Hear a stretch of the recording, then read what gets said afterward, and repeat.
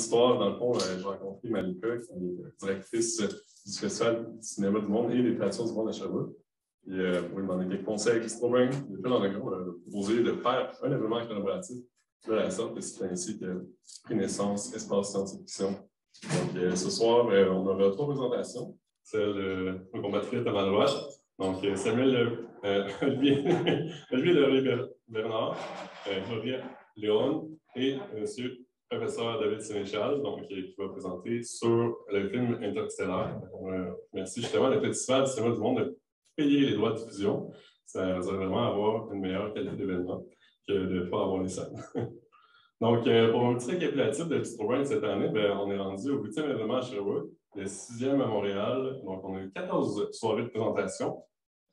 On a également donné 4 formations. On a publié 7 épisodes de podcast mensuels. On vous invite à aller voir ça. On a fait 2 collaborations pour la journée de vulgarisation scientifique de Sherbrooke. C'est donc notre 27e activité cette année, mine de rien. Ça avance assez gros. C'est ni plus ni moins une équipe d'à peu près 10 personnes à l'heure actuelle. Donc, vraiment, beaucoup de travail qui est mis là-dedans, pour la plupart bénévole. Pour vous donner une idée d'envergure, c'est plus de 1000 participations ce jour. Je faisais le calcul tantôt, j'étais comme. J'arrivais pas à y croire moi-même. Sinon, salutations aux membres du Rexus qui commandent la soirée. On a Charlie qui est là, mais on a aussi, je pense, d'autres personnes. Vous pouvez lever la main. C'est Charlie, merci d'être là. Donc, on remercie beaucoup pour l'appui à la mission de la diffusion de savoir accessible de Strobing. Et merci également à la GEG, l'Association générale étudiante de génie, pour appuyer également par le biais d'une commandite la soirée. Et finalement, on vous rappelle que depuis cette année, on a des quiz de fin de soirée, donc on vous invite encore plus à être attentif. Et on va avoir des petites questions, une question par présentation à la fin, mais il y a des prix qui viennent avec ça. Donc, le premier est une carte cadeau au Bocquet-Bière. Je crois que vous êtes ici, vous aimez le Bocquet-Bière, donc c'est vraiment gagnant pour vous. Et le deuxième prix, c'est une paire de billets pour aller voir le film Out of Sync au Festival Cinéma du monde de Sherbrooke, qui démarre dès demain. Donc, ce sera deuxième prix. Et en dernier, une consommation sur place, ici même, au Bocquet-Bière. Donc, c'est ça pour l'intro. Beaucoup de remerciements, mais je pense qu'il faut vraiment souligner l'apport de chacun et chacune. On commence la soirée avec une présentation d'Olivier Bernard et qui s'intitule Cyborg, la machine chez l'humain. Olivier est étudiant au PhD en physique à l'Université de Sherbrooke. Il consacre son temps à l'étude du corps humain afin de développer de nouvelles technologies médicales. Et moi, personnellement, je l'ai rencontré à travers les parties de rugby, donc j'espère que sa présentation va vous laisser un très bon impact. Et il va nous parler de concepts fascinants du cyborg, de son évolution et de ses perspectives. Donc, à toi la parole, Olivier. Bonsoir tout le monde, merci beaucoup d'être venu en ce moment. Et comme Alexis l'a dit, moi je me présente sur les cyborgs, la machine chez l'humain. Les cyborgs, en fond, ça a toujours été un rêve dans le sac. Je prends le micro et je marche avec. Je ne peux pas bouger. C'est comme ça. C'est comme ça. Donc, un rêve d'enfant ou c'est une prouesse technologique. C'est sûr qu'on voit ça depuis qu'on est jeune, comme dans le film La planète au trésor avec Silver notamment.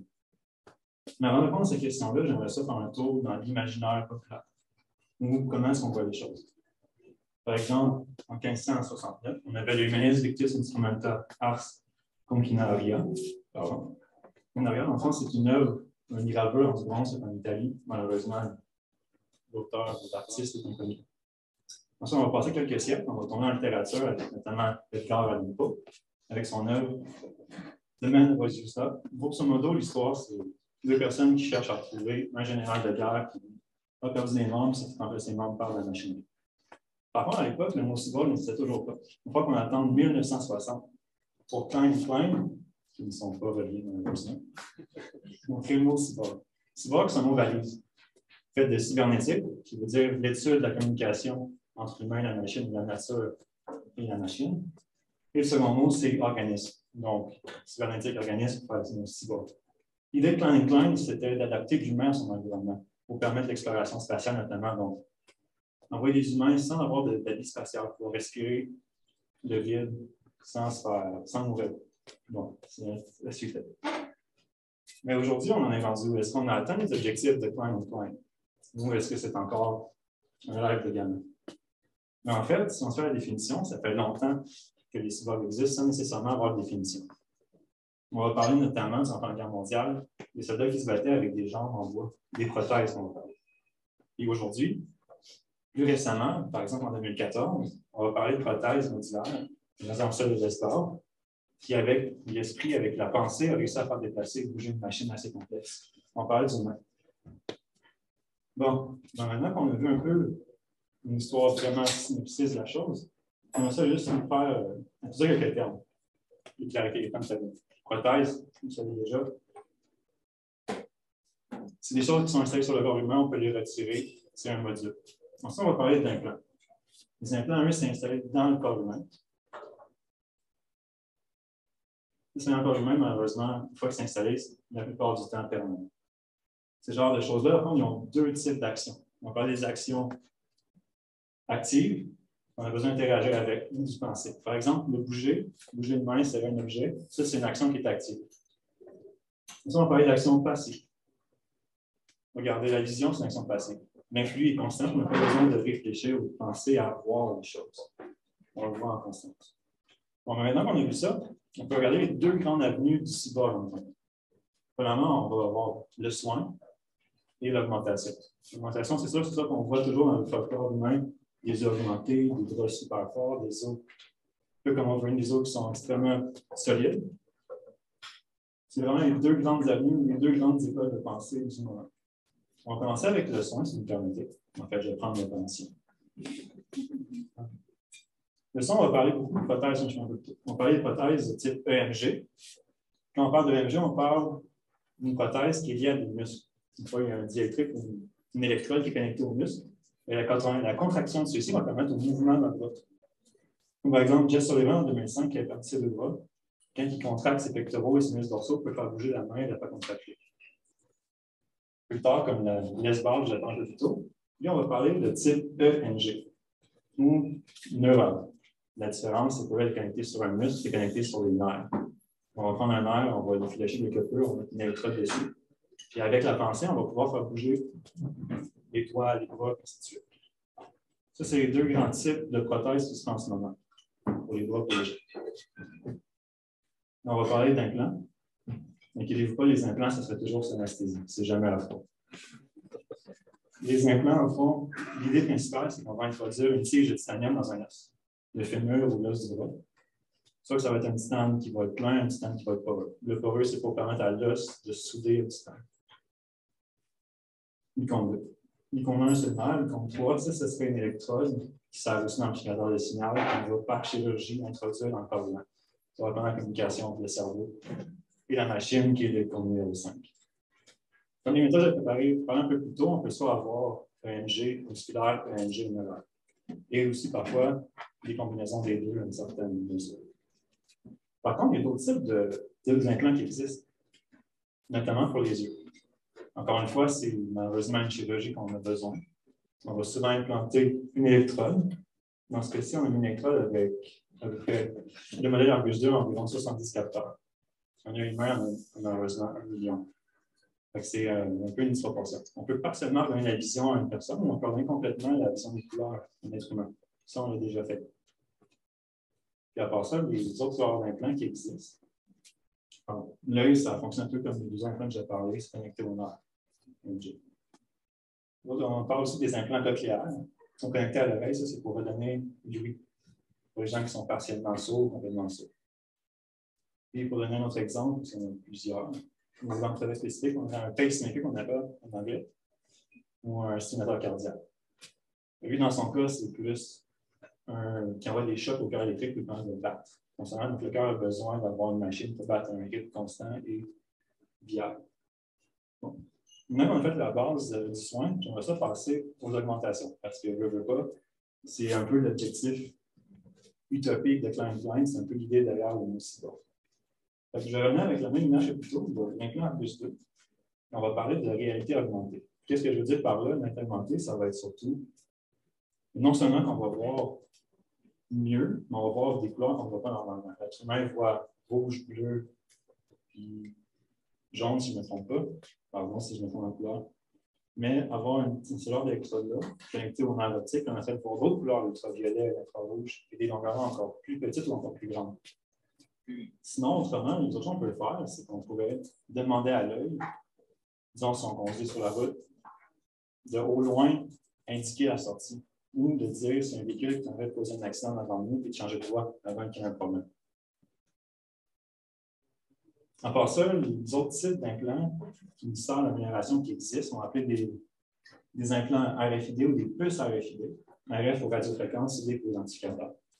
L'idée grossièrement, grosso modo, parce que vraiment, pour abuser du langage, ça fonctionne comme les cartes de crédit. Dans le fond, ces puces-là ne sont pas actives, c'est qu'on lui impose un champ magnétique. Le champ magnétique va lui permettre de communiquer avec un appareil. Bon, avec ça, on peut faire des informations d'une carte de crédit, une carte pour déverrouiller, la clé de l'automobile. Voici un exemple de Monroe, qui, eux, ont fait ça. Ils se sont eux-mêmes implantés une puce. Ouais, ben, c'est un grand mot. Là. Ils ont demandé à quelqu'un de faire la chirurgie pour eux. Puis, vous voyez, dans la serrure électronique, dans une carte, et eux, ils ont enregistré l'information de la carte dans leur puce. Donc, on peut les verrouiller. Et par rapport à ça, vous pouvez être rassuré. Si jamais il y avait eu des puces dans mon vaccin, je pense qu'on l'aurait senti à 11 mm de grosseur et 3 mm de diamètre. Personnellement, moi, je pense que je l'ai senti. Grossièrement, la présentation a été très, très rapide. Le message qui est vraiment derrière, c'est les cyborgs, ça va toujours être un rêve d'enfant, ça va toujours en avoir plus à faire. Mais c'est une chose qui existe, et c'est une nouvelle technologie qui va avancer de plus en plus rapidement, de plus en plus, il va y avoir de nouvelles itérations sur le marché. Et dans l'avenir, peut-être même qu'un jour, on va l'atteindre, l'objectif de Klein. Peut-être même qu'on est capable de survivre, peu importe l'apocalypse qui survient, peu importe la planète s'appelle où on se trouve, sans avoir besoin d'avis spatial. Merci beaucoup à tout le monde.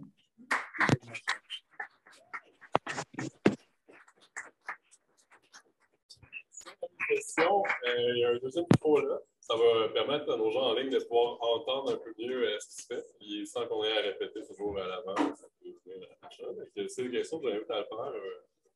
Si vous pensez vraiment avoir une voix forte, on peut peut-être faire rapide.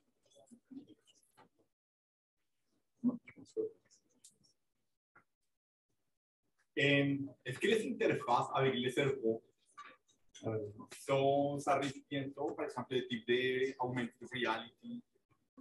Juste répéter la question, s'il te plaît. Il faut que je comprenne la question, c'est est-ce que les interfaces avec les téléphones pour une réalité augmentée vont venir bientôt? Ouais, ça, la combinaison avec les puces dans les yeux, les écrans dans les yeux avec les puces qu'on peut installer dans le cerveau éventuellement, ça pourrait venir. Oui, tout à fait, on peut avoir, disons, des placements de surface, vraiment dans le gros jargon, des placements de surface sur l'œil qui donneraient des images. En fait, voir, disons, recevoir tes courriels, voir tes messages, voir ton compte en banque. Je ne sais pas si ça répond à votre question. Oui, mais je parle plus comme une interface directe avec le cerveau. Par exemple, les gens qui parlent un morceau du cerveau, on pourrait le remplacer avec un microchip pour compenser la fonction. OK, une partie du cerveau. Okay. Oui, en fait, il y a de la recherche sur le domaine justement. Je ne peux pas dire les détails, malheureusement. Je n'ai pas le droit.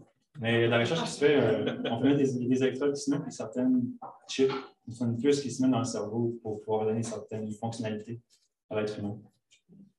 Justement, il y a en ce moment une personne qui est comme cobaye et qui est un sujet test. Et on est en train de voir comment ça va évoluer. Merci. On a une deuxième question au micro. Oui. C'est débuté.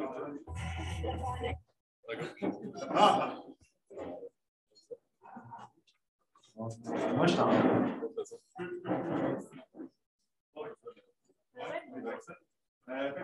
de plus en plus, dans le fond, la technologie s'adapte sur le monde un peu facile, que ce soit pour découvrir les forces, c'est le téléphone qui fait maintenant l'effet de la puce dans le bras. Et ce serait quoi que tu verrais comme avantage d'être un cyborg comparativement à avoir un téléphone intelligent ou simplement avoir des lunettes, un peu les lunettes Google qui permettent aussi l'équivalent d'une puce dans les yeux? C'est une bonne question. Je dirais c'est surtout une question de ne pas oublier, pour les lunettes, par exemple, ou le téléphone. Ça, c'est vraiment le seul véritable avantage parce que les cyborgs, l'unité derrière, la première idée, c'est d'adapter l'humain à l'environnement ou marier l'humain à la machine. Ce ne serait pas nécessairement. Mais seulement, j'ai mis la RFID, par exemple, mais Oui, c'est une très bonne question. Il n'y a pas vraiment d'avantage. Est-ce que tu penses du côté médical, ça peut être peut-être quelque chose comme on a vu le pacemaker, évidemment, mon téléphone ne peut pas me donner l'équivalent d'un pacemaker, mais j'ai comme pas ça de l'avoir à l'intérieur. Il y a d'autres avantages qui pourraient être imaginés à ce niveau-là. Au niveau médical, oui, disons, il y a notamment des lentilles, comme un peu plus tôt. Il y a des lentilles sur le marché qui existent, qui sont en cours de développement, justement pour permettre une communication entre, disons, plus que quelqu'un dans son corps, volontairement, qui lui a fait des lectures des lectures du sang, des lectures d'autres systèmes, puis grâce à la lentille, pour une communication directe. Mais ça, c'est encore un prototype, c'est vraiment des balbutiements, c'est des rêves pour l'instant. Merci. Merci à toi. Tu peux aller au micro. Oui, si tu as la voix assez forte pour parler. Ben, je peux juste parler. Je vais rajouter la question. Moi, je vais faire la question. Parfait. Moi, j'en ai une question. On va beaucoup parler de la technologie de plus en plus. Je me posais la question, est-ce que ça serait pas une lame à double tranchant? Enfin, la question, c'est est-ce que la technologie, vu qu'on s'assure sur ça, c'est pas une lame à double tranchant au final? Oui puis non. Si ça peut amener une forme d'eugénisme, les gens vont volontairement se couper les membres pour avoir une augmentation. Ça, c'est très, très traité dans la littérature, philosophique, dans la littérature aussi, dans la fiction. C'est une possibilité. À savoir si c'est va arriver, ça, c'est une question. À part ça. Personnellement, oui. C'est mon opinion très, très personnelle. C'est un couteau de tranchant. Parce que on peut s'asseoir un peu trop sur la technologie. On peut volontairement se blesser pour avoir un implant, par exemple. Mais pas juste ça, juste, admettons, la technologie, tout est piratable, en quelque sorte. Ouais. Si, admettons, on pousse la cybernétique de plus en plus, qu'on peut contrôler avec l'esprit, ce qui veut dire que n'importe qui, quelqu'un qui est assez calé, pouvait juste rentrer et tout régler les choses ou prendre des informations. Oui. Pour répondre à la question, en fond, c'est est-ce que la machine pourrait être hackée et on peut tout dérégler l'appareil?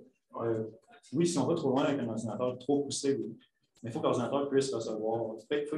Il doit pouvoir recevoir les commandes. Si l'ordinateur ne peut pas recevoir la commande, il ne peut pas être hacké. C'est comme hacker une roche. Et si tu lances une roche et tu essaies de la hacker, tu ne peux pas hacker la roche. C'est un peu dans la majorité. Si l'ordinateur est si avancé qu'on peut recevoir les ondes, on va recevoir des commandes à distance, oui, ça peut être un danger. En effet. Tu peux avoir la question?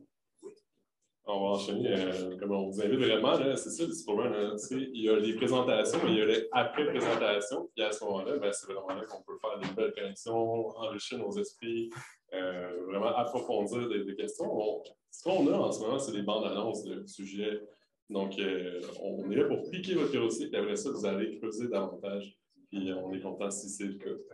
Donc, on passe maintenant à la présentation de Jorge León, qu'on a déjà reçu au podcast Bistro la tête à Papineau. Jorge, pour le présenter, il est étudiant en PhD en biologie moléculaire et cellulaire à l'Université de Sherbrooke.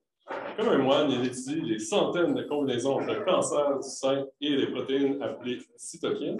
Et dans son temps libre, il est également travailleur au sein du Lexus, qui commence l'événement ce soir, pour la promotion de la science. Aujourd'hui, il explore avec nous l'idée d'un troisième sexe, tel qu'il est présenté dans la série animée Les Chevaliers de Sidonia sur Netflix. La parole est à toi, Jorge. Merci, Alexis, et merci tout le monde d'être ici ce soir. Avant de commencer ma présentation, je vais dire que je suis vraiment contente d'être ici ce soir parce que, on va le dire, si vous êtes ici, déjà, Bistro Brain, c'est une activité assez intellectuelle, mais un Bistro Brain pour science-fiction, mon Dieu, vous êtes un nerd. So, my people, I see you. En fait, ça fait quelques jours, pas beaucoup de jours, qu'Alexis m'écrit sur le Messenger. Jorge, je capote. Et je ne trouve pas de présentateur. Chill, bro, I got you. C'est quoi les thèmes? Science-fiction.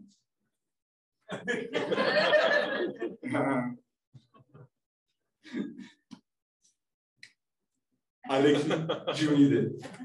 Et voilà. Donc, moins de blagues et plus de science. Et je vais parler sur les chevaliers de Sidonia. C'est une série manga qui est adaptée à animé. C'est une série de robots, mais on va aucunement parler de robots. On a déjà parlé de robots. On va parler sur deux modifications génétiques qui ont été faites dans l'anime. Donc, pour vous mettre en contexte, donc, on est là, ça c'est la série, la planète Terre. Quelques pandémies ici, quelques guerres ici et là, et ça va comme d'habitude. Et voilà, ça arrive. Les Gauna, c'est une espèce extraterrestre qui n'a pas de forme, c'est une espèce amorphe, mais qui peut prendre n'importe quelle forme. Et là, on rentre en guerre, on part de la guerre, on construit des vaisseaux gigantesques pour mettre les humains qui restent, à peu près 1 demi-million par vaisseau. Et on fiche les camps, on va aller chercher des nouveaux planètes sans Covid et sans Gauna. Mais, bon, il y a un vaisseau, qui s'appelle Sidonia, qui est rattrapé par les Gauna. Il y a une bataille qui s'ensuit, on se sauve, mais voilà, il n'y a plus 1 demi-million d'humains, il reste juste 5 000. Donc 5 000 humains, c'est pas beaucoup. Donc pour les scientifiques, pour les Sidonia, ça devient une question de comment augmenter les chances de survie de l'espèce humaine. Et là, on va parler très brièvement d'un concept qui s'appelle Minimal Viable Population. Donc, en bref, c'est la quantité d'individus qu'il faut pour maintenir une espèce. Moi, je ne suis pas écologiste, je suis un biologiste moléculaire. Happy for me. Mais c'est un concept très important et très complexe à calculer parce qu'il demande beaucoup de facteurs. Il demande l'habitat, ressources de prédateurs. Donc, ça devient à peu près un calcul ad hoc pour chaque scénario. Mais un facteur très important pour des espèces sexuées comme nous, c'est la proportion de sexe. Si on regarde la proportion de sexe parmi les humains actuels, il y a à peu près 100 filles pour 100 en gars. Donc ça c'est à peu près un ratio 1-1 pour nous. Okay? C'est vrai qu'il y a certaines tolérances, il y a 50, 56, 44, ça marche quand même. Mais c'est évident que si on va en extrême, ça ne va pas marcher. Par exemple, si on a 97 gars et 3 filles, mais il ne va pas avoir assez de naissance pour remplacer la population qui meurt. De l'autre côté, s'il y a 97 femmes, mais 3 gars, on fait ce qu'il faut faire. Duty calls. Mais ça reste quand même problématique parce qu'il va avoir pas beaucoup de variations génétiques, il va avoir des problèmes d'immunité, il va avoir beaucoup de problèmes. Donc, ce n'est pas idéal. Alors, dans l'anime, la question de comment maintenir une population viable, ça devient plutôt la question comment maintenir une proportion de sexe en one-to-one, en okay? Et la réponse pour les scientifiques de Sidonia, c'est de créer un troisième sexe, l'intersexe.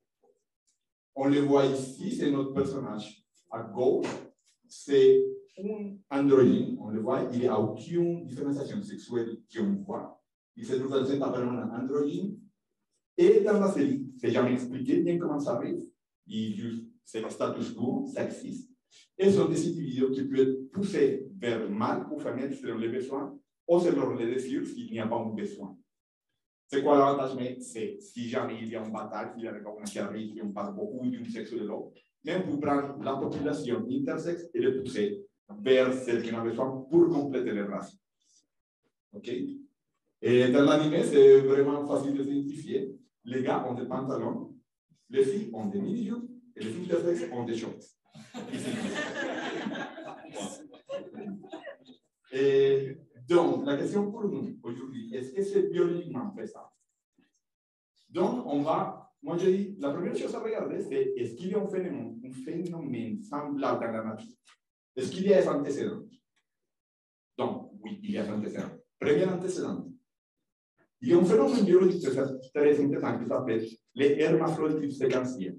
C'est un phénomène dans lequel le sexe de l'individu dépend de l'état de développement, de l'état de maturité de l'organisme.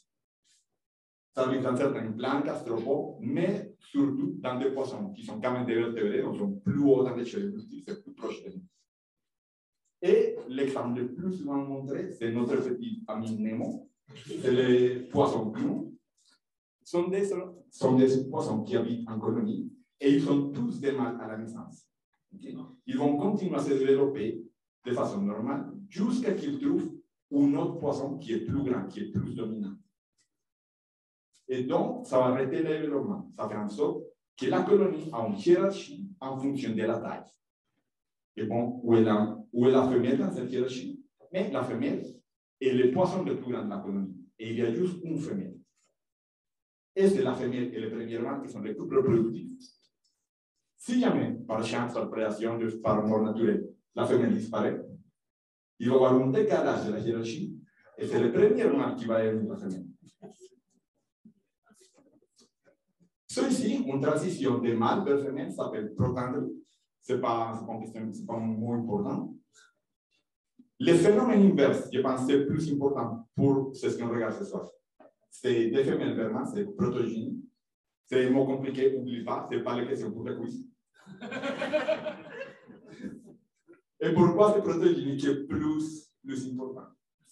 Bon, on va regarder l'issue antécédente. Et ici, je vais rencontrer un secret. Okay? On va regarder entre les 70. Les personnes qui s'en viennent. Ça fait longtemps que j'étais une femme. Je vais rencontrer un secret. Alex était une femme aussi. Ça fait longtemps. Et en fait, tous les gars ici, on était des femmes. Parce que pendant le développement embryonnaire, on commence comme des femmes. Et c'est ensuite à la sécrétion de testostérone dans les mâles qu'on devient des mâles.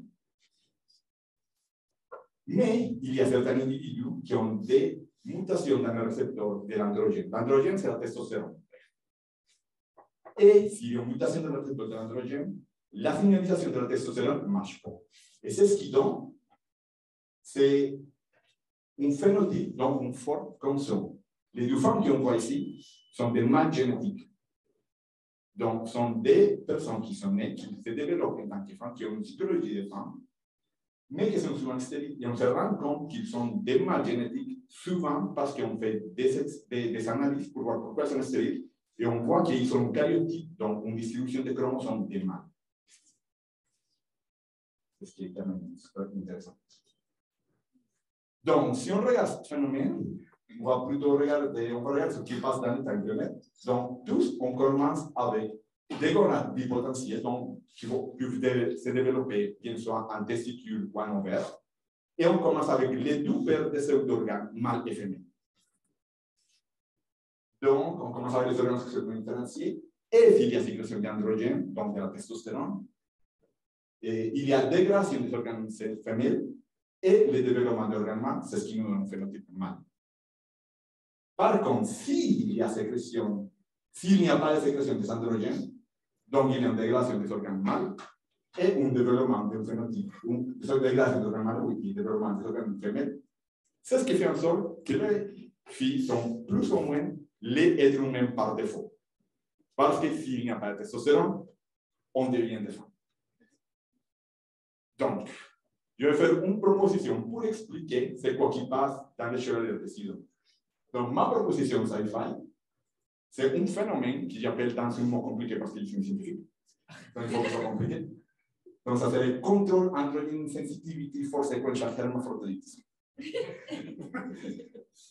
Donc, ici, on a les chemies normales, et c'est ce que je propose qui peut être fait. C'est qu'on commence avec des organes sexuels non différenciés, normal, mais on va supprimer la sécrétion d'androgènes. On va induire le développement d'organes femelles, mais on ne va pas dégrader les organes mâles. On va les conserver, mais non développer.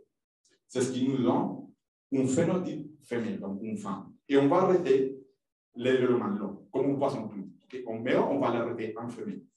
Et plus tard dans la vie, bien sûr, par besoin commun de la société ou pour une volonté de l'individu, on va activer la sécrétion d'androgènes, on va induire la dégradation des organes femelles et développer les organes mâles. C'est ce qui peut expliquer les phénomènes ou l'expérience qui sont montrées dans Short Decision, qui pourrait donner notre personnage androgyne. En tant que biologiste, moi je donne à cette idée 50% de sciences parce qu'il y a quand même beaucoup de génie génétique à faire, vraiment beaucoup. 50% de fiction, Mais comme idée, c'est vraiment cool. Et puis, une deuxième idée, il y a aussi un problème, il y a vraiment un problème en nous de population. Et donc, la réponse bleue, c'est on va donner la photosynthèse aux humains. Okay? Est-ce que c'est ça? Dans l'histoire, il faut on passe 12 heures à faire la photosynthèse dans un champ. En revanche, il faut qu'on mange 2 fois par semaine. 12 heures de photosynthèse par jour, on mange 2 fois par semaine. Est-ce qu'il y a un antécédent pour ça? Oui. Il y a un phénomène biologique qui s'appelle kleptoplastie. Ce sont des animaux qui vont manger des plantes ou des algues, vont consommer les protéines cellulaires, mais ils ne vont pas dégrader les chloroplastes, les organes qui font la photosynthèse. Parce que quand même, peut-être pas dégrader, mais on ne va pas dégrader, pas digérer une certaine nourriture. Il y a d'autres sortes de gastropodes, par exemple, notre traité d'Elysia chloritica. C'est un gastropode qui est parce qu'il contient des chloroplastes. C'est un animal qui fait la photosynthèse. Il y a un point important pour ce type d'animaux, c'est qu'ils ont une dépense énergétique quand même basse. Ce sont des animaux sans froid, donc il ne faut pas réguler la température. C'est quelque chose qui prend beaucoup d'énergie. Et les mouvements, ils bougent plus ou moins de façon volontaire, mais la plupart de leurs mouvements se fait en fonction des courants marins. Donc, ce sont des animaux qui ne dépensent pas beaucoup d'énergie en bougeant. Mais, avant d'aller plus loin, il y a un problème avec la photosynthèse. C'est un problème de calories. C'est que la photosynthèse n'est pas très efficiente. Si on regarde, on va prendre un exemple, c'est un plant de maïs qu'on consomme beaucoup. Le plant de maïs prend entre 60 et 90 jours, dépendamment du sol, de la recherche du sol et du soleil, pour pousser. Et chaque plant produit à peu près 12 œufs. OK? Si on regarde le tableau ici, il dit 88 calories. On va générer, on va dire 100 calories par équipe. 12 épis par plant, ça fait 200 calories. Ça prend à ce plant 90 jours pour accumuler 200 calories. Nous, en tant qu'humains, on a besoin de 1600 à 3000 calories par jour. Ça ne marche pas la balance calorique, OK? Donc, en tant que biologiste, à cet argument 10% de science, 90% de science-fiction, mais c'est le reste de vegan. Juste pour finir, j'ai parlé avec Pixar et on a fait une nouvelle version des Finding Nemo. Donc, on a le père de Nemo qui vient de trouver l'offre, il y a la barracuda qui vient d'attaquer, manger la mer, il a mangé le sol. Il y a le père qui vient de trouver le petit Nemo, mais parce que la femelle est disparue, il est sa mère. Okay. Et il n'y a aucun poisson qui va garder juste une offre. Donc, c'est max. Voilà.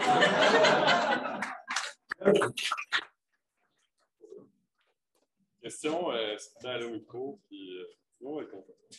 Merci pour la présentation.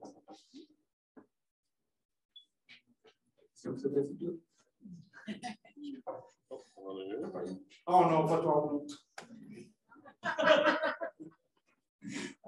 Alors, ma question, c'est simplement pour les poissons clowns, est-ce que c'est réversible? Non. Je ne suis pas écologiste, mais je me demande, je me pose la question, c'est quoi qui arrive, par exemple? Je pense pas, parce qu'on voit de la dégradation, je vois pas comment ça se fait. Parce que pour avoir une relation, il faut qu'il arrive un poisson plus grand, disons. Mais ça, un poisson plus grand, c'est comme une femelle, une autre colonie. Et c'est vraiment beau, mais ça serait compliqué. Et je n'ai aucune idée, mais je pense pas. Parce qu'une fois les organes dégradés, je ne connais pas la physiologie des poissons. Je pense que les organes, une fois les organes ont été transférés par une relation. Je pense qu'ils vont se battre ce qu'il y a un blanc, s'il y a une femelle, par exemple. Ce qu'il y a une différence. Merci. Est-ce qu'on a une deuxième question? Professeur Black.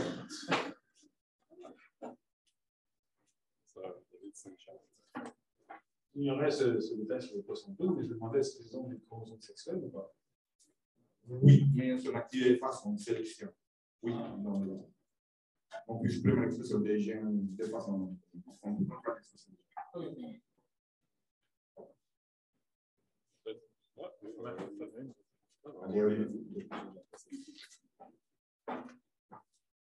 Vous avez parlé des animaux qui font de la photosynthèse. Oui. Est-ce qu'eux, ils doivent manger plus régulièrement? Si la photosynthèse n'est pas. Oui, ils mangent la photosynthèse plus pour compenser une plus dépense calorique. Mais dans certains cas où il n'y a pas beaucoup de nourriture, mais oui, ils continuent à manger. Ce n'est pas la seule source de calories. Dernière question.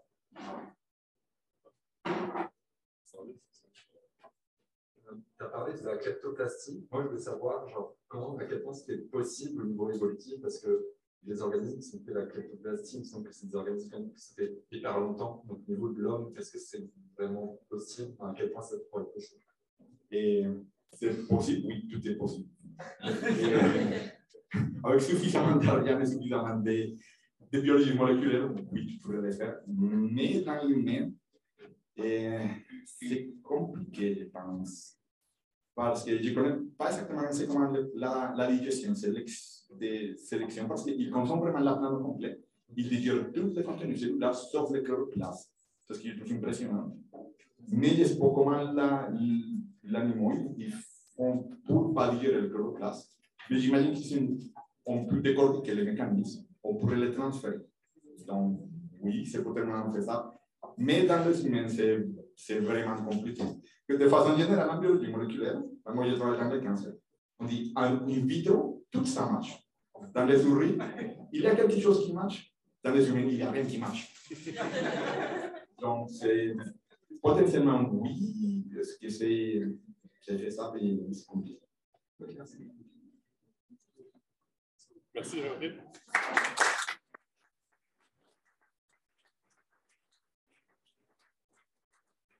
Je vous invite ceux qui voudraient entendre encore plus sur Pierre à écouter notre 13e épisode de La tête à papillon, le podcast de Citroën, dans lequel il nous parle justement de son travail de moine et d'étudier les centaines de combinaisons des cytokines avec le cancer du sein.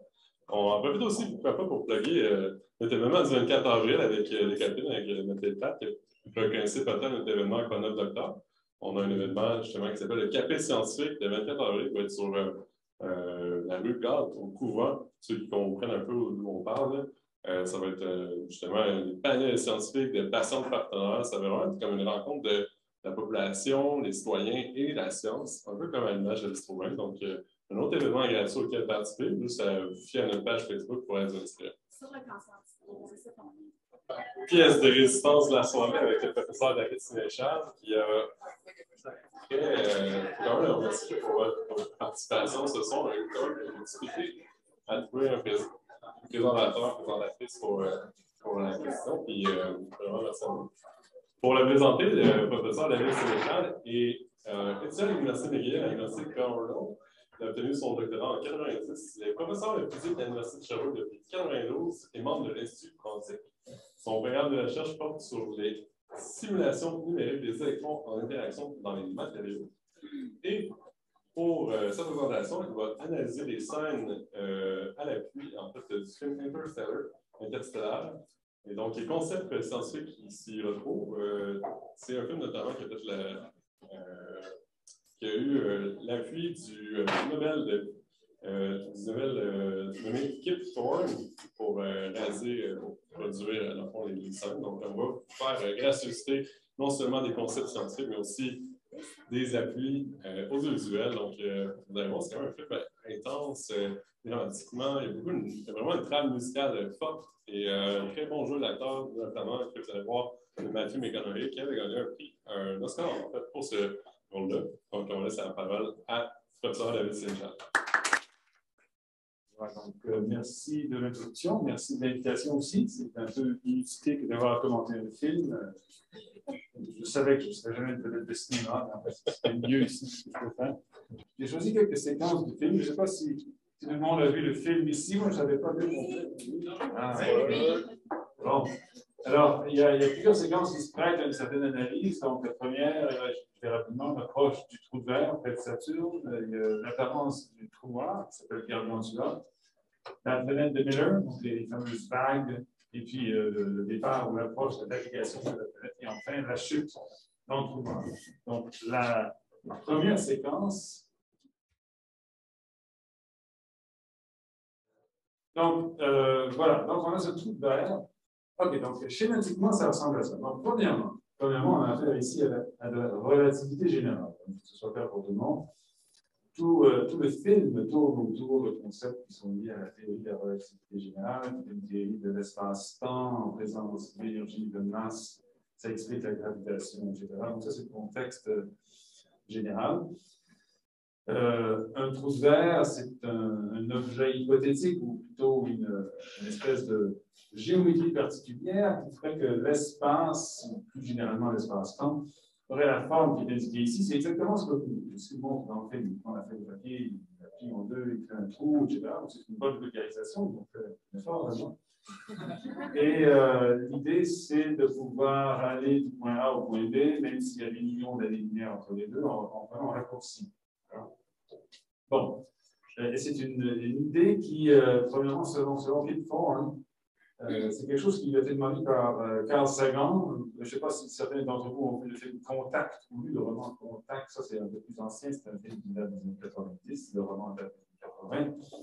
Et dans ce roman-là, Carl Sagan, qui est un très grand vulgarisateur scientifique dans les années 70 aux États-Unis, il imagine que son héroïne, pour aller dans une galaxie lointaine, en fait, c'est même pas ça. Dans le cas de Contact, c'est tout un flot très fort, je pense. Doit emprunter un trou vert. Il a écrit avec une forme, est-ce que c'est possible de faire ça? Il a dit non. Bon, en fait, je vais y penser. Puis, finalement, il y a tout ce petit scénario où, effectivement, est-ce qu'on peut avoir une géométrie comme ça? Alors, à notre connaissance, ça n'existe pas. On n'a jamais vu de trou vert dans les films. Donc, on ne peut pas. Je ne sais pas qu'on pourrait probablement les détecter s'ils existaient, je ne suis pas sûr, mais effectivement, c'est de la science-fiction. Hein. Cependant, c'est de la science-fiction que je n'ai pas interdite à 100%. Le problème avec les trous verts, c'est qu'on sait que le phénomène existe presque au cœur des trous noirs. On s'en doute, parce qu'évidemment, on ne sait pas ce qui se passe au cœur des trous noirs, mais la théorie nous dit qu'effectivement, au cœur des trous noirs, il y a cette espèce de trou vert qui pourrait, on l'espère, nous faire passer dans un autre univers, sauf que lorsqu'on fait le calcul dans les détail, on se rend compte que le trou vert dans un trou noir, il n'est pas statique, il est dynamique. Donc, il change avec le temps et qu'il se referme trop vite pour qu'on puisse avoir le temps de passer au travers. Donc, même si on chutait à l'intérieur d'un trou noir, tel qu'on comprend, du moins un trou noir un peu simple, disons, un trou noir qui ne tourne pas sur lui-même, on n'aurait pas le temps de passer au travers du trou vert. Donc, c'est un peu dommage. De toute façon, on ne peut pas ressortir pour dire ce qui s'est passé, mais enfin, il reste que l'idée est ancienne, parce qu'Einstein et son collaborateur Rosen avaient imaginé ça dans les années 30, ce fameux trou vert. Le mot trou vert a été, l'expression wormhole en anglais, a été imaginé par le physicien américain Wheeler. John Wheeler, qui était un très grand théoricien, qui était d'ailleurs le directeur de thèse de plusieurs autres physiciens connus, comme Kip Thorne ou comme Feynman, par exemple. Et la raison pour laquelle ça ne peut pas vraiment exister selon les classiques, c'est que toute déformation de l'espace-temps doit être créée posée par une présence d'énergie de masse. Donc, par exemple, la gravité, donc les trous noirs sont posés par la présence de masse. Et cette énergie est ce qu'on peut appeler positive. C'est ce qu'on appelle un signe positif. Mathématiquement parlant, elle est positive. Pour qu'un trou de verre existe, il faudrait qu'il soit causé par de l'énergie négative. Le détail mathématique va nous dire qu'est-ce que le signe. Mais il reste que si ce n'est pas alimenté ou causé par une certaine énergie négative qui reste là en permanence, ça se refait de tout. C'est ça le pic. Donc, c'est un gadget courant, c'est génial comme gadget, mais malheureusement, pour que ça puisse exister, il faudrait supposer qu'une civilisation, dans le film, finalement, une civilisation extrêmement avancée a un certain contrôle sur une certaine forme d'énergie négative que peut placer là où on veut, bon, ça ne veut pas dire que, parce que non seulement on a besoin de maintenir ouvert, mais il faut connecter des régions distantes exactement là où on veut. On peut aller de A à B, donc là, ça, c'est autre chose. Et enfin, dans le film, bien, si je peux continuer sur ça, le visuel est bien fait, parce qu'il y a un article qui est publié non, par Kip Thorne et par des gens qui ont travaillé le visuel du film, qui expliquent exactement ce qu'ils ont fait pour réaliser les images. Donc, c'est quelque chose qui est sérieux, là. Donc, ça ressemble un peu à ça. Donc, ça, c'est tiré de l'article. On a ici, c'est une projection, une espèce de projection en 2 dimensions. Où on a l'orifice, le trou à la fin du cercle, en bas et en haut. Donc, l'arrivée et la destination. C'est très court. Et ça, on peut dire que c'est une espèce de forme, une coupe de l'espace-temps, si on veut. Mais ce n'est pas une forme qui obéit aux équations d'Einstein. C'est-à-dire que c'est inventé, en quelque sorte. Ça ne veut pas dire que c'est possible ou que c'est une solution à quoi que ce soit. Mais c'est une géométrie d'espace-temps qu'on peut concevoir et on peut surtout, une fois qu'on suppose qu'elle existe, calculer comment les rayons lumineux se propagent d'un côté à l'autre. Donc, ce que Kepler et ses amis ont fait là-dedans, c'est qu'ils ont supposé qu'il y avait une sphère céleste, l'image d'en haut, donc ils ont demandé à des artistes de créer cette image, comme l'image du ciel de l'autre côté du trou vert. Ils ont fait tous les calculs nécessaires pour propager cette image au travers du trou vert pour donner ce qu'on voit en bas. Donc l'image qu'on voit dans le film, elle est réaliste de ce point de vue-là. Donc oui, donc ça c'est ça. Il y a tout un article là-dessus, ils ont essayé plusieurs formes de trou vert. Ce qui n'est pas réaliste dans le film, c'est que quand ils tombent dedans, okay, ben, si on suivait le trajet réel d'un vaisseau spatial, comme on fait pour les rayons lumineux, ça prendrait une fraction de seconde à traverser. Il faut qu'on s'est arrivé de l'autre côté. Et cinématographiquement parlant, donc Victor avait montré ça au réalisateur, il a dit ah, it's beautiful. Donc, bof. Finalement, il a inventé cette scène où ils sont pendant plusieurs secondes en train de tomber dans cette espèce de tunnel et qui est complètement fictif. Ça n'a rien de scientifique, c'est uniquement pour ajouter un peu de suspense. Mais sinon, la traversée serait presque instantanée. Donc, pourquoi il faut faire? Parce que généralement, on voudrait faire un voyage interstellaire sans trop attendre. Donc, dans les romans de science-fiction, on veut un raccourci. Hein. Ouais, c'est rapide. On veut avoir la chance de revenir aussi. En réalité, on a toujours l'impression que c'est impossible d'aller sur une galaxie lointaine quand on est conventionnel. C'est pas vrai. Je veux simplement insister sur le fait ici que si on prend la galaxie Andromède, qui est à 2,45 millions d'années-lumière, donc 2,45 millions d'années à la lumière pour s'y rendre, et on pourrait s'y rendre en relativement peu de temps, de manière conventionnelle, à condition d'avoir un bon vaisseau spatial. Alors, supposons qu'on a un vaisseau spatial avec moyen de propulsion, je ne sais pas trop, mais en fait, qui nous permet d'accélérer constamment. Donc, une accélération de 9,8 mètres secondes carrés, c'est-à-dire comparable à la gravité terrestre. Donc, si on est à l'intérieur d'un tel vaisseau spatial, on sentirait une gravité artificielle comme celle qu'on a présentée. Alors, avec un tel vaisseau, donc la vitesse du vaisseau augmenterait constamment, bien sûr, il ne pourrait jamais dépasser la vitesse de lumière. En mi-chemin, on changerait la direction du moteur pour ralentir au lieu d'accélérer. Comme ça, on aurait toujours cette gravité artificielle, on finirait par arriver avec cette galaxie Andromède. Ça prendrait 15 ans. 15 ans pour ceux qui sont sur le vaisseau, bien sûr. Donc, il y a un facteur de contraction du longueur en relativité qui joue là-dedans, mais qui fait qu'effectivement, vraiment, en 15 ans, aller sur la galaxie Andromède. Et on peut revenir, ça prendrait 15 autres années. Et au bout de 30 ans, on revient. Le problème, c'est qu'il y a eu 5 millions d'années d'écoulées sur Terre à ce moment-là. Donc, on dirait adieu à la famille, hein, nos amis. Et l'espèce humaine aussi, parce que quand on revient. Non, on a changé un peu. D'accord? Donc, c'est possible. C'est possible, sauf que c'est pas dans les films, c'est pas très utile, parce que justement, on peut revenir à la fin du film pour faire un happy end et là, ça marche. D'accord. Donc là, on peut passer à l'autre truc.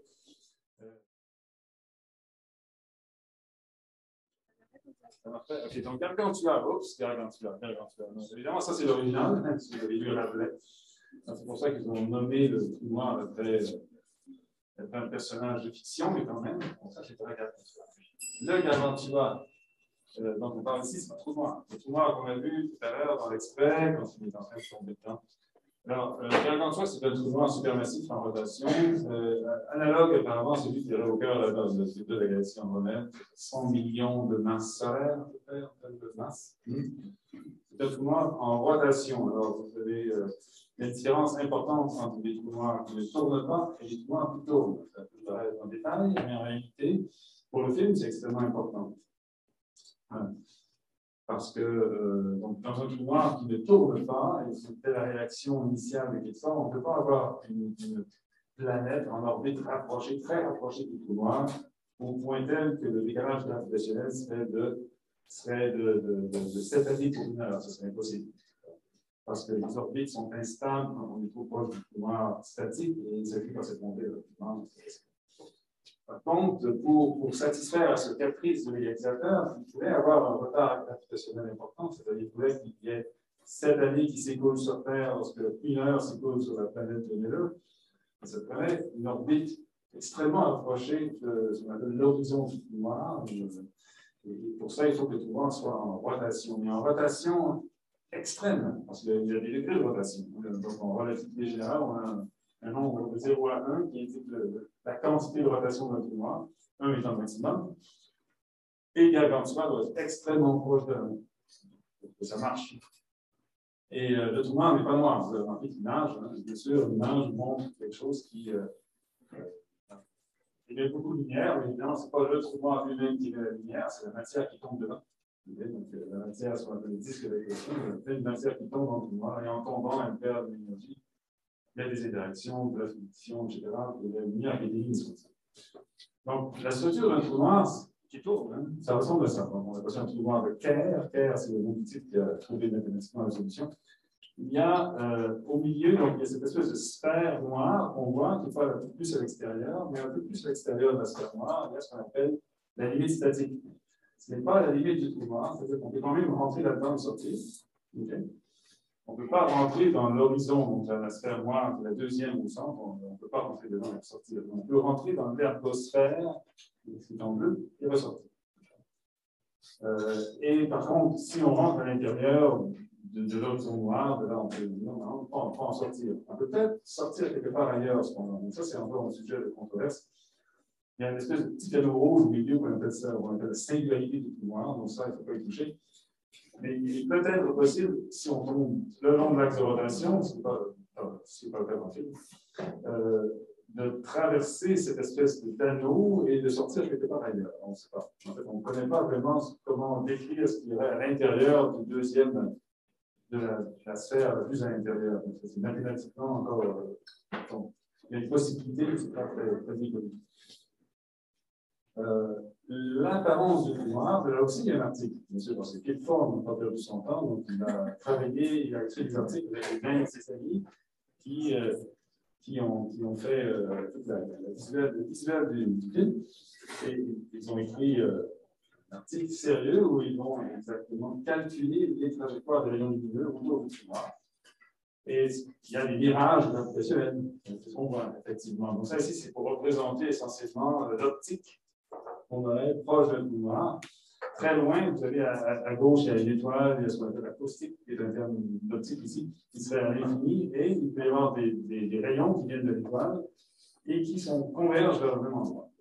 On peut souvent c'est comme une lentille. C'est une lentille gravitationnelle, une acoustique, donc qui a des points particuliers, etc. Donc quand on regarde ce qu'on voit dans le film, c'est basé sur des calculs dont on voit ici l'état intermédiaire. C'est-à-dire qu'il y a un disque autour du trou noir, et le disque de la matière qui va tomber à l'intérieur et qui émet la lumière. Sauf que ça n'a pas l'apparence d'un disque. Oui, ça a l'apparence d'un disque à peu près, mais il y a le derrière, l'arrière du disque, on le voit quand même. Il apparaît comme la partie supérieure. J'ai fait une gaffe ici, excusez-moi. Voilà, la partie qui est là, c'est la partie qui est derrière. On ne verrait pas normalement, mais qui nous est renvoyée par la déformation de l'espace-temps. Et ça, c'est la même chose ici. Ça aussi, c'est derrière, et ça apparaît comme si c'était en dessous. Donc, quand on voit ces images dans le film, il faut voir que c'est assez réaliste, sauf pour les petits détails. Petits détails dans le sens que, normalement, la matière à gauche devrait être plus bleue, décalée vers le bleu, la matière à droite décalée vers le rouge, parce que ça tourne. Donc, il y a l'effet Doppler qui est très important ici. Et il y a cette magnifique poésie de Gérard Nerval, 1854, c'est vieux, mais j'aime bien, qui, évidemment, Gérard Nerval, comme c'est pas le trou noir. Et j'aurais pas pu imaginer une meilleure poésie pour décrire le trou noir. En cherchant l'œil de Dieu, je n'ai vu qu'une orbite basse, noire et sans fond, d'où la nuit qui l'habite rayonne sur le monde et s'épaissit toujours. Un arc-en-ciel étrange entoure ce puits sombre, seuil de l'ancien chaos dont le néant est l'ombre, spirale engloutissant les mondes et les jours. engloutit les mondes et les jours, parce que ça engloutit le temps aussi. Donc, ça, c'est l'apparence justement assez bien fait. Donc, sauf pour les petits détails qu'il n'y a pas d'effet Doppler, sauf pour un autre détail aussi que, normalement, s'il y avait tant de matière qui tombait dedans, ça émettait beaucoup de rayons X, ça ferait que les planètes sont inévitables. Trop de rayons X. Il faudrait que ce soit un noir un peu anémique, très peu de matière qui tombe dedans, assez pour donner assez d'énergie. Mais, bon. Et deuxièmement, tout l'effet de caméra, où on voit une espèce de flou, ça c'est un effet de caméra, c'est comme s'il y a une caméra de max dans le film, mais en réalité, on ne verra pas ça.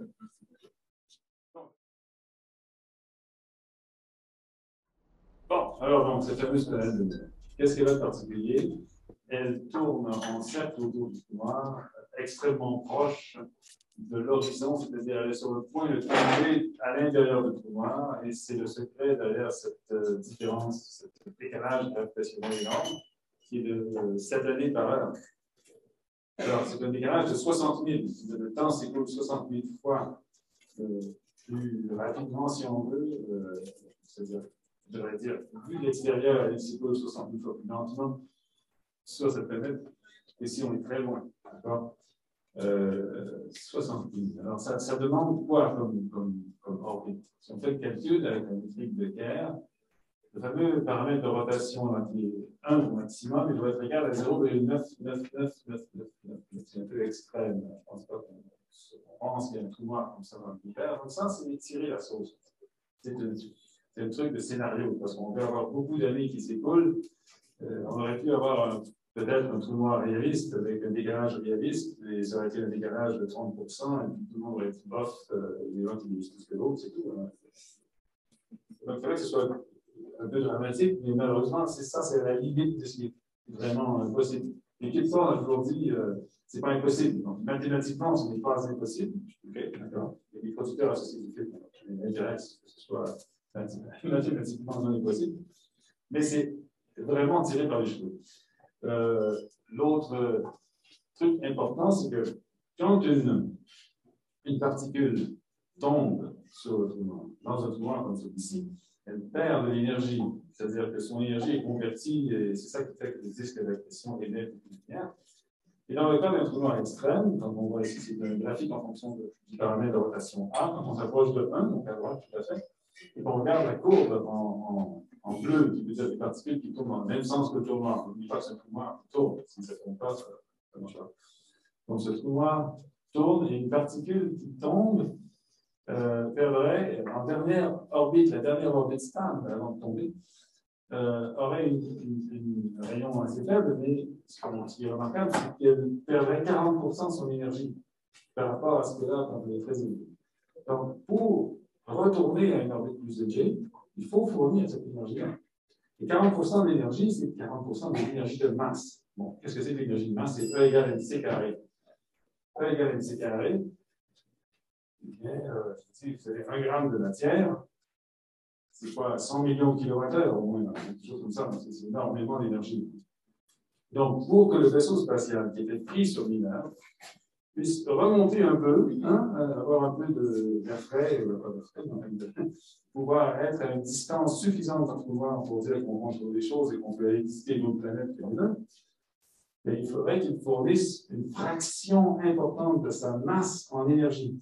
Et ça, il faudrait avoir une espèce de... Même avec un réacteur nucléaire super efficace, on ne peut pas faire ça. Même avec une bombe H, donc, il y a un truc qui cloche avec les fameux réacteurs qui sont peu anéliques. Ça, on les voit en train de s'allumer. Il faut que le fameux vaisseau spatial puisse retourner, sortir de l'orbite et s'éloigner un peu du trou noir.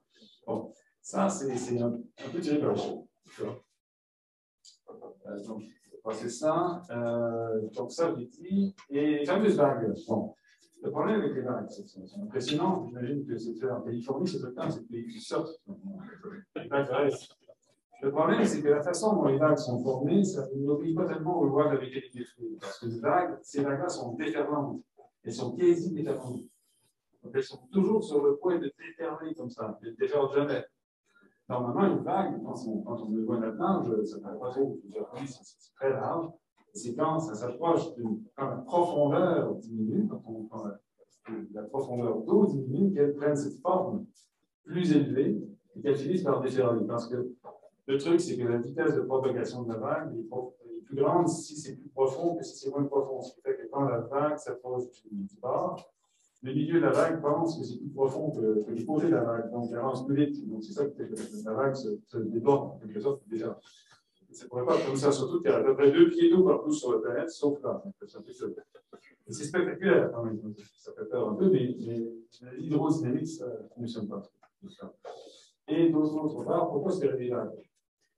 On a dit que c'était des vagues de marée. Donc, c'est en disant que ce sont des vagues de marée. Ce ne sont pas les vraies vagues causées par le vent, bien sûr.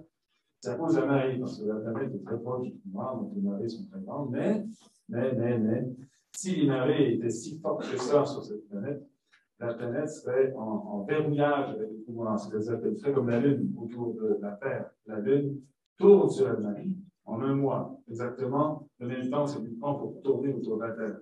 Elle est suffisamment proche de la Terre que la force de marée causée par la Terre sur la Lune l'a déformée un peu. Et que la Lune n'a pas une forme parfaitement circulaire, mais légèrement comme celle de ballon de football, allongée vers l'axe de la Terre. Et c'est cette forme-là qui a forcé progressivement, au fil des milliards d'années, la Lune a tourné sur elle-même exactement avec la même période que sa période de révolution solaire. Et c'est ce qui se serait passé normalement sur une planète comme l'Univers. En supposant que la planète survive, la force de marée du trou noir est tellement colossale que probablement que la planète se désagrège. Il reste que la planète serait toujours dans le même aspect par rapport au trou noir, et donc il n'y aurait pas de vague de marée, elle serait simplement toujours dans la même position par rapport au trou noir. Il y aurait une espèce d'excroissance, la planète aurait la forme de ballon de football un peu excentrique. Il n'y aurait pas de vague. Et quand même, ça c'est quand même du bon cinéma. Alors, on a vu l'extrait sur la chute dans le trou noir, donc je peux parler un peu d'un truc qui est un peu très spéculatif. Comment font-ils pour s'en sortir? L'idée, c'est qu'ils doivent lancer des morceaux dans le trou noir pour pouvoir sortir. Bon, évidemment, si on était dans une situation newtonienne, en gravitation ordinaire, ça fonctionne plus ou moins bien, parce que évidemment, on peut se propulser en lançant des débris. Bien sûr, c'est comme ça qu'une fusée fonctionne. Donc, une fusée se lance dans l'espace et qu'elle propage suffisamment de matière, suffisamment rapidement dans l'autre sens pour pouvoir avancer. Ici, c'est un peu plus grave, surtout qu'on lance des petits morceaux. Alors, c'est dû à un truc assez exotique qu'on appelle l'effet Penrose, qui a été donc découvert théoriquement par le physicien britannique Penrose, qui a eu d'ailleurs le prix Nobel pour un truc relié à ça. L'idée, c'est que dans ce fameux trou noir en rotation, il y a cet espace entre le trou noir, que l'on voit ici, et cette espèce de surface de stationnarité qu'on appelle. Alors, qu'est-ce que c'est la surface de stationnarité? Dans un trou noir tournant, la lumière, vous savez, dans un trou noir ordinaire, la lumière n'arrive pas à sortir du trou noir. Une fois qu'elle est rentrée, elle ne peut pas sortir. Dans un trou noir tournant, si elle s'approche suffisamment du trou noir, mais sans pénétrer dedans, elle ne peut pas se propager à contre-courant du trou noir qui tourne. Elle peut uniquement se propager, être entraînée dans la direction de rotation du trou noir. Donc, il y a une limite, il y a un rayon limite, ce n'est pas un rayon parce que c'est une forme de limite. Si on est derrière cette limite-là, la lumière ne peut pas se propager à contre-rotation, mais uniquement avec la rotation du trou noir.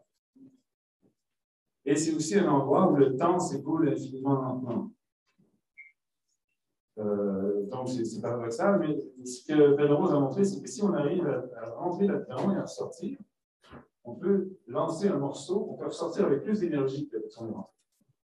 On peut aller chercher, on peut aller voler un peu d'énergie de rotation au trou noir et ressortir avec plus d'énergie. Donc, c'est ça le truc, essentiellement, ils sont en train d'utiliser pour pouvoir s'éloigner de la planète de Miller. Ils rentrent là-dedans, OK? Et ils lâchent des morceaux, et puis bon, la dernière personne, en fait, je n'ai plus son personnage, mais elle a réussi à s'éloigner, puis elle a l'autre planète. Il y a des trucs bizarres dans le film, parce qu'on voit une autre planète avant ça. Donc, ça suppose qu'ils l'ont déjà fait une fois, c'est pas. Bon. Une fois, mais pas deux, en fait, bref, scénario. Donc, ça, c'est ce qu'on appelle l'effet Penrose. Donc, c'est ce qu'ils appellent l'effet catapulte, mais ça n'a rien à voir avec l'effet catapulte classique qu'on emploie pour envoyer les sondes spatiales très loin. On fait du système solaire, ça, c'est différent. C'est vraiment récupérer une partie de l'énergie du trou noir. Dernier truc, la chute.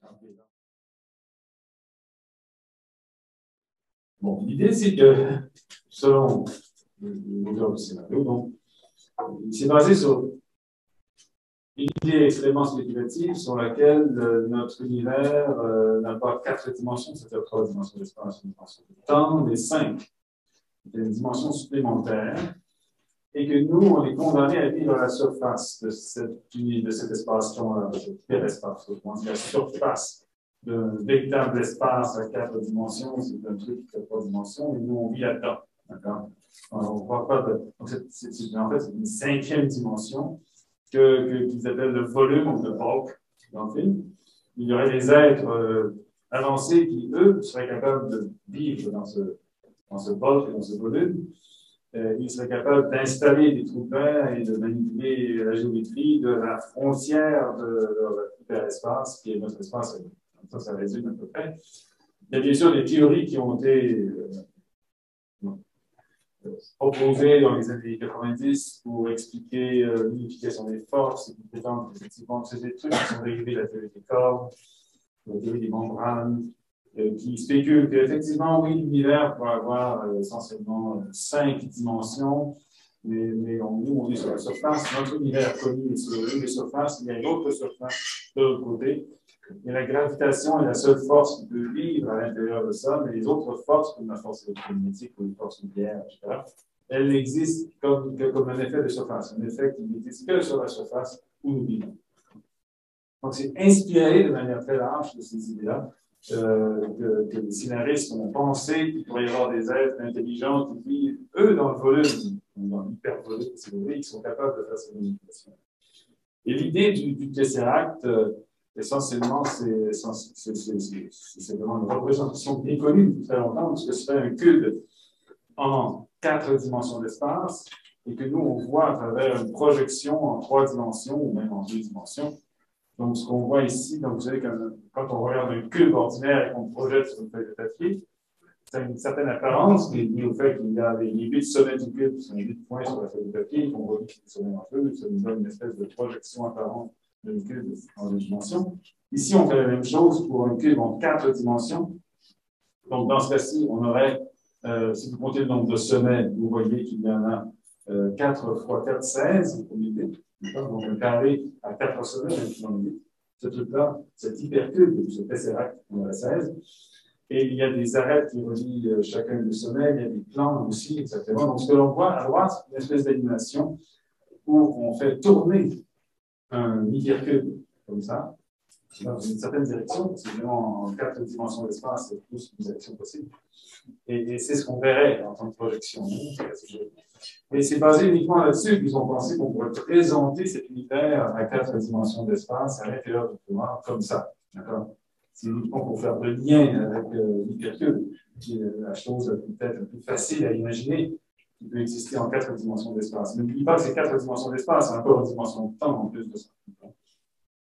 Donc ça, c'est la source, en fait, si vous voulez, de cette idée de présenter ça comme une construction artificielle. Mais au fond, qu'est-ce qu'il y a à l'intérieur d'un trou noir? On n'en sait rien.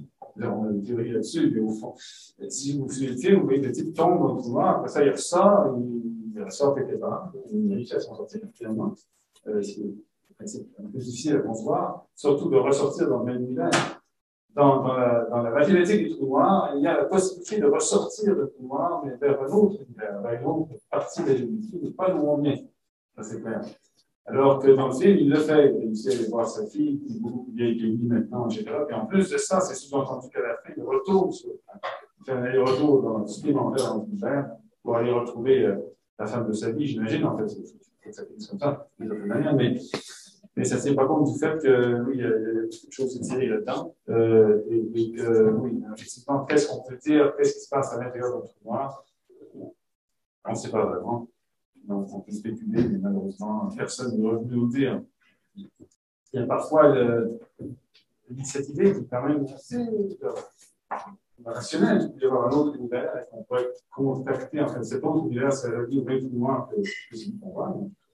Il y a 2 personnes, il faudrait qu'il y ait une personne de l'autre univers qui tombe dans le trou noir en même temps que nous. Donc, on va se faire bye-bye pendant un certain temps, échanger des idées à l'intérieur, des personnes pourraient sortir.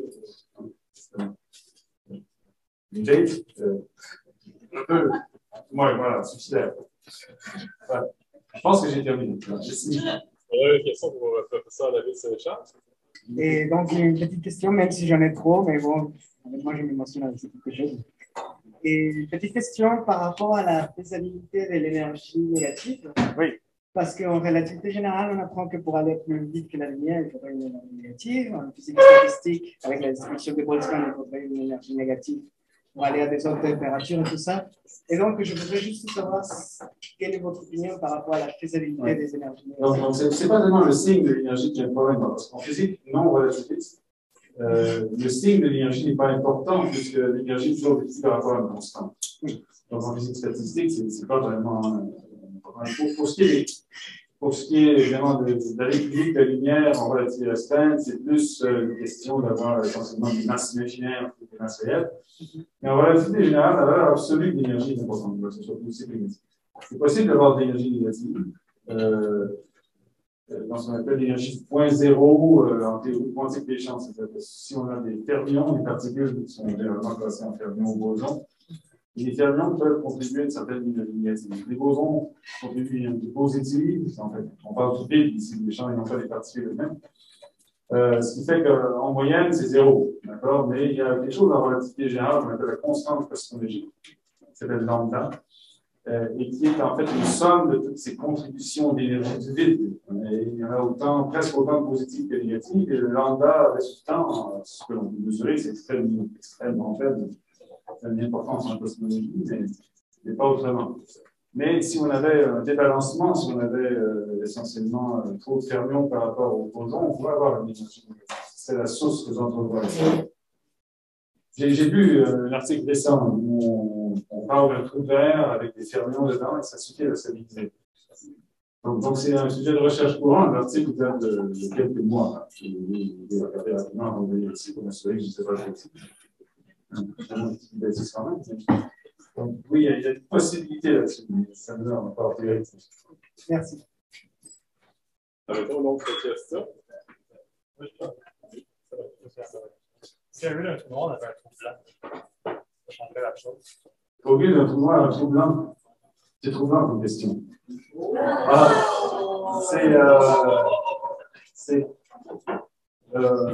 oui, là, évidemment, on ne connaît pas, on ne sait pas si c'est des trous blancs, les trous blancs, c'est l'inverse, c'est la matière ne peut que sortir du trou blanc, non pas donc c'est un sens unique, mais dans l'autre sens. Donc, par définition, ça veut dire qu'on ne peut pas rentrer dedans. C'est un sens unique, mais dans l'autre sens. Moi, j'aurais tendance à me méfier encore plus loin d'un trou blanc que je me tiens plus loin d'un trou noir. Mais ça va certainement changer ce scénario. Mais on a toujours besoin d'une deuxième partie, je crois. Au niveau de la... Je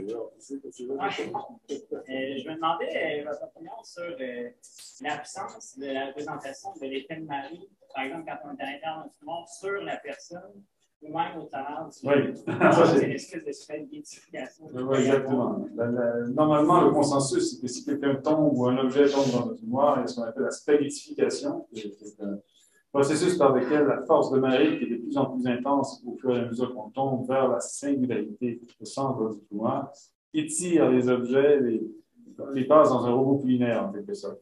Donc, il y a des forces qui étirent et qui poussent et qui comprennent dans une direction et tirent dans l'autre. Ça créerait une espèce de peu comme quand on mélange un colorant avec un pudding à la vanille. C'est pas génial. Donc, ça, on ne le voit pas du tout. Donc, ça suppose que dans le scénario, qu'il n'est pas tombé dans la singularité. Le trou noir est suffisamment grand. Si c'est un trou noir supermassif, cet effet de force de marée n'est pas énorme quand on traverse l'horizon. C'est le même effet que si on avait un objet qui n'est pas un trou noir. En fait, ça dépend uniquement ça n'est pas comme le cube de la distance par rapport au centre. Donc, on peut tomber au travers d'un trou noir supermassif comme celui-là, sans se faire spaghettifier quand on passe l'horizon. On voit que la lumière disparaît, comme si tout l'extérieur était contenu dans un seul pôle. C'est assez bien montré dans le film, je pense. Et ça suppose qu'au lieu d'atteindre la singularité, il s'est arrêté avant. Dans cette espèce de tesseract, là, la vie était normale, en quelque sorte, il y avait même des livres. Tout ça pour dire que tout ce qui passe, ils ont bien passé l'horizon du trou noir, mais après ça, ça a mis la science au garage. Et pour le trou vert, est-ce qu'il y a une explication qui peut fonctionner?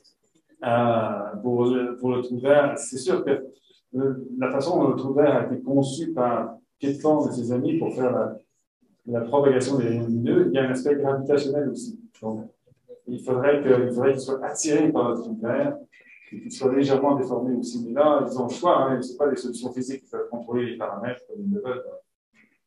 Donc, on peut supposer qu'ils sont arrivés à composer quelque chose qui n'avait pas une force de marée suffisante pour faire mal aux gens. C'est fictif. Vous aurez compris, c'est ce qui met fin à notre superbe soirée hors série Espace Science et Fiction.